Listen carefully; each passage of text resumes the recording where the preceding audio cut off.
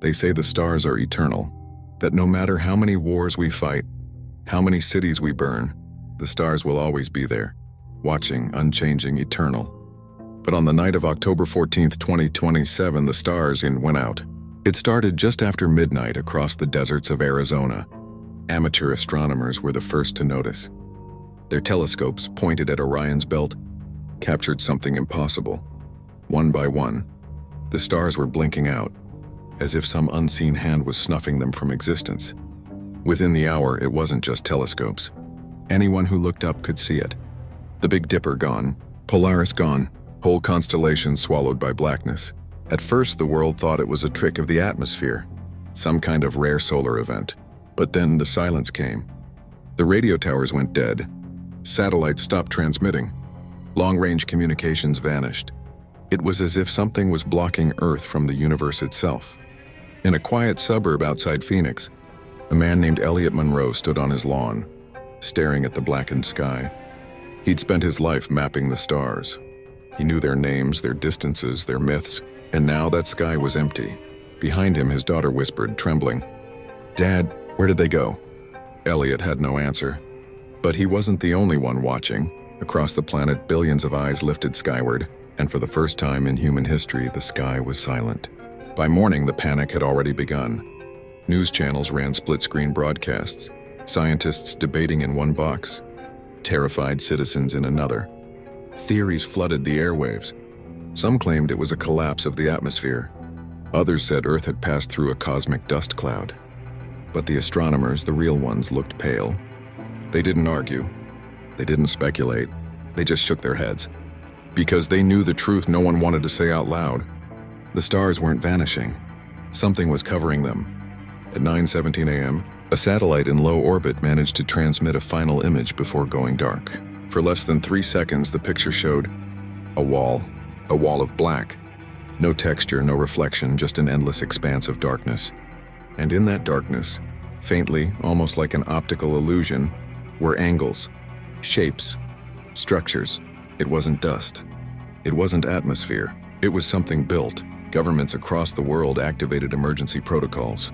Fighter jets scrambled into the skies. But radar went blind the second they rose above the clouds. Missiles fired into the darkness simply vanished, swallowed like pebbles tossed into an abyss. In Washington, a leaked audio recording captured a single sentence from a general inside the Pentagon. "It's not the sky that's gone dark. It's us. We've been covered." On the ground, people began to notice other changes. Birds stopped flying. Dogs howled without reason. And in the silence of the night across every continent came the low humming vibration. Not loud, not sharp, just a constant bone-deep hum like a machine breathing. And then the first ship appeared. Not in the sky, not descending from the heavens. It rose from the ocean. Off the coast of Japan, fishermen watched in horror as the sea boiled and split apart, revealing a black monolith that towered higher than any skyscraper. Water cascaded down its sides like rivers, and etched into its surface were symbols no human had ever written. The silence broke. The war had begun. When the first black ship rose from the Pacific, the world froze. But when the second appeared, this time in the Atlantic, panic turned into chaos. Cities emptied overnight. Highways became rivers of abandoned cars, people fleeing with nothing but the clothes on their backs. In London, a preacher stood on Westminster Bridge, shouting that the end times had come, as helicopters circled above, useless against the encroaching dark. But humanity didn't surrender quietly. At 03 hours, an international task force was assembled, an uneasy coalition of the US, Russia, China, and NATO allies. Operation Dawnstrike. Their plan was simple: hit the ships with everything.